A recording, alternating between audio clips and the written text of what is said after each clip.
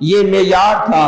اور اس کے راوی حضرت انس رضی اللہ تعالی عنہ، چنانچہ جب آپ خیبر تشریف لے گئے، رات کو انتظار کیا، جب صبح ہوئی تو یہودی لوگ اپنے زراعت کے آلات، زراعت ان کا پیشہ تھا، اپنے گھروں سے نکلے۔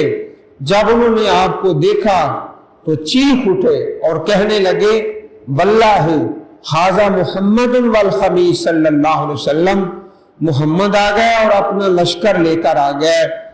لشکر سمیت آن پہنچے، آپ نے اعلان فرمایا اللہ اکبر، خربت خیبر، اللہ سب سے بڑا ہے، خیبر کی شامت آ گئی، خربت خیبر، خیبر کی شامت آ گئی۔ پھر فرمایا جب ہم کسی قوم کے علاقے میں اترے تو جن لوگوں کو ڈرایا گیا ان کی صبح میں خیر نہیں ہے، یعنی جہاد ہوگا اور وہ علاقہ فتح ہو جائے گا۔ صحیح البخاری کتاب الجہاد، باب دعائے نبی صلی اللہ علیہ وسلم الی الاسلام والنبوۃ، اسی غزوہ میں وہ مشہور واقعہ پیش آیا سیدنا علی بن ابی طالب رضی اللہ تعالی عنہ کا۔ نبی کریم علیہ الصلوۃ والسلام نے اعلان فرمایا لَأُوتِيَنَّ الرَّایَةَ، اے میرے صحابہ میں مسلمانوں کا جھنڈا ایک ایسے انسان کو دوں گا یحب اللہ ورسولہ، جو اللہ سے محبت کرتا ہے اور اللہ کے رسول سے محبت کرتا ہے، وَيُحِبُّهُ اللَّهُ وَرَسُولُهُ، اللہ بھی اس سے پیار کرتے ہیں، اللہ کے رسول بھی اس سے محبت کرتے ہیں۔ حضرت عمر فرماتے ہیں رضی اللہ تعالی عنہ، نبی کریم علیہ الصلوۃ والسلام کی ساری زندگی میں کبھی میرے دل میں کسی عہدے کا، کسی منصب کی خواہش نہیں پیدا ہوئی، اس دن میرے دل میں خواہش پیدا ہوئی کہ یہ جھنڈا اللہ کے پیارے حبیب مجھے عطا فرما دے۔ دل میں خواہش تھی اور سارے صحابہ کے دل میں خواہش تھی۔ جب صبح ہوئی تو آپ نے فرمایا اینا علی ابن ابی طالب، اے صحابہ علی بن ابی طالب کہاں ہیں رضی اللہ تعالی عنہ؟ تو عرض کیا گیا آپ اپنے خیمے کے اندر ہیں اور آنکھ کے اندر تکلیف ہے، درد ہے۔ چنانچہ آپ کو بلایا گیا، نبی کریم صلی اللہ علیہ وسلم نے دعا فرمائی اور اپنا لعاب مبارک حضرت علی کی آنکھوں پر لگایا، اللہ پاک نے شفا عطا فرما دی، ایسی شفا کہ کبھی تکلیف ہے ہی نہیں تھی، کبھی درد نہیں تھی۔ نبی علیہ الصلوۃ والسلام نے آپ کو جھنڈا عطا فرمایا اور ساتھ ایک نصیحت فرمائی، نصیحت یہ فرمائی لَأَن يَهْدِيَ اللَّهُ بِكَ رَجُلًا وَاحِدًا خَيْرٌ لَكَ مِنْ حُمُرِ النَّعَامِ، اے علی رضی اللہ عنہ، جہاد سے پہلے، حملہ سے پہلے تم نے اسلام کی دعوت دینی ہے، اگر تمہاری دعوت سے ایک آدمی بھی اسلام میں آ جائے تو یہ سرخ اونٹوں سے بہتر ہے۔ سرخ اونٹ اس وقت عرب کا سب سے قیمتی مال تھا۔ فرمایا پہلے دعوت دینا، اگر ایک نے بھی قبول کر لیا تو سرخ اونٹوں سے تمہارے لیے بہتر ہے۔ صحیح بخاری کتاب المناقب، باب مناقب علی ابن ابی طالب رضی اللہ تعالی عنہ۔ حضرت علی رضی اللہ تعالی عنہ میدان میں جب نکلے، دوسرے صحابہ بھی، تو سارے قلعے فتح ہوتے گئے، ایک قلعہ جو مرحب کا تھا نا وہ نہیں فتح ہو رہا، اور وہ آگے سے شعر پڑھتا ہے، مرحب شعر پڑھتا ہے۔ شعر کیا پڑھتا ہے؟ قد علمت خیبر انی مرحب، خیبر جانتا ہے میرا نام مرحب ہے، شاہ کی سلاح بطل مجرب، میں اسلحہ پہن کے رکھتا ہوں، بڑا بہادر ہوں، بڑا تجربہ کار ہوں۔ اذا الحروب اقبلت تلہب، جب جنگیں آتی ہیں شعلہ مارتے ہوئے تو کوئی دنیا میں مجھے شکست نہیں دے سکتا۔ یہ شعر پڑھتا ہے۔ حضرت علی رضی اللہ تعالی عنہ نے بھی آگے سے شعر پڑھ دی، آپ شعر پڑھنا بھی جانتے تھے، تو اس کے شعروں کا جواب شعروں کے اندر فرمایا انا الذی سمتنی امی حیدرا کلیث غابات کریہ المنظرا، میں وہ ہوں کہ میری امی نے میرا نام حیدر رکھا ہے، آپ کی والدہ نے آپ کا نام حیدر رکھا تھا۔ حیدر کا معنی ایک ہوتا ہے شیر اور ایک ہوتا ہے ببر شیر۔ حیدر کا معنی ببر شیر۔ فرمایا میں شیر نہیں، شیروں کا بھی سردار ہوں۔ انا الذی سمتنی امی حیدرا کلیث غابات کریہ المنظرا، جنگلوں کے شیروں کے سردار کی طرح جو مجھے دیکھتا ہے اس پہ میرا روب طاری ہو جاتا ہے، وہ ڈر جاتا ہے۔ اوفیہم بالسائے کیل السندرا، سننے مرحب، حضرت علی فرماتے ہیں میں اینٹ کا جواب پتھر سے دیتا ہوں، اینٹ کا جواب پتھر سے دیتا ہوں۔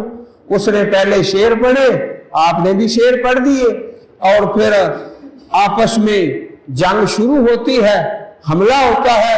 جناب علی رضی اللہ تعالیٰ عنہ اس ظالم کو قتل کر کے جہنم رسید فرما دیتے ہیں۔ اللہ تعالیٰ نے اپنے پاک پیغمبر کی زبان اطہر پر جو وعدہ کیا تھا کہ اللہ تعالیٰ ایک مرد مومن کے ہاتھوں سے مسلمانوں کو فتح عطا فرمائے گا، تو یہ نصیب اللہ پاک نے حضرت علی رضی اللہ تعالی عنہ کو عطا فرمائے۔ انا الذی سمتنی امی حیدرا کلیث غابات کریہ المنظرا اوفیہم بالسائے کیل السندرا۔ صحیح مسلم کتاب الجہاد والسیر باب غزوۃ ذی قرد و خیبرہ، وہاں ایک واقعہ بھی پیش آیا۔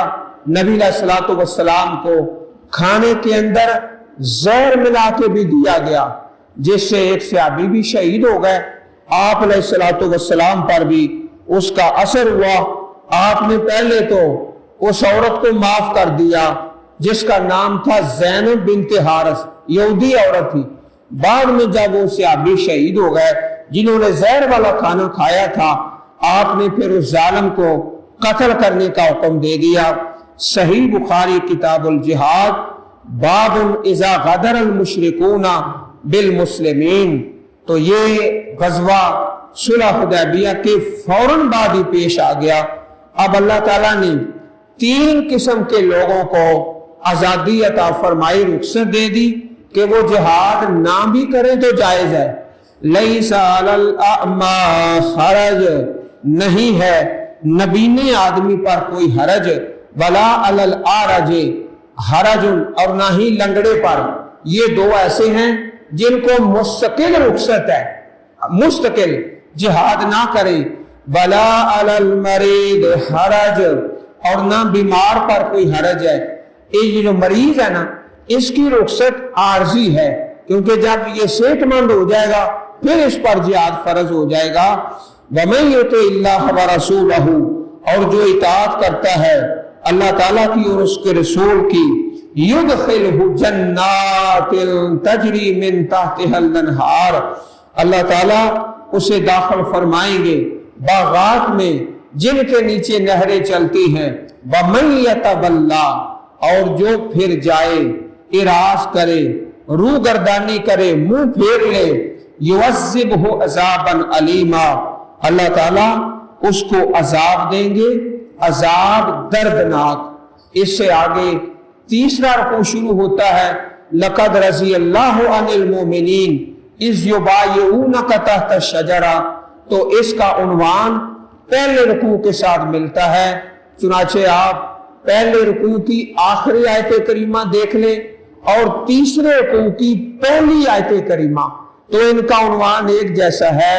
اللہ تعالیٰ کے نبی نے جو صحابہ سے بیعت لی ہے، درمیان میں جو دوسرا رکوع ہے اس کا عنوان مختلف ہے، کہ جو لوگ غیر مخلص تھے ان کا بیان کر کے ان کا پردہ چاک کیا ہے۔ اللہ تعالیٰ ہم سب کو اخلاص والی زندگی نصیب فرمائے، ایمان والی، صحت والی، اور قرآن کریم کی سچی اور سچی محبت نصیب فرمائے، دین پہ زندہ رکھے، دین پہ مارے۔ سبحان ربک رب العزت عما یصفون وسلام علی المرسلین والحمد للہ رب العالمین۔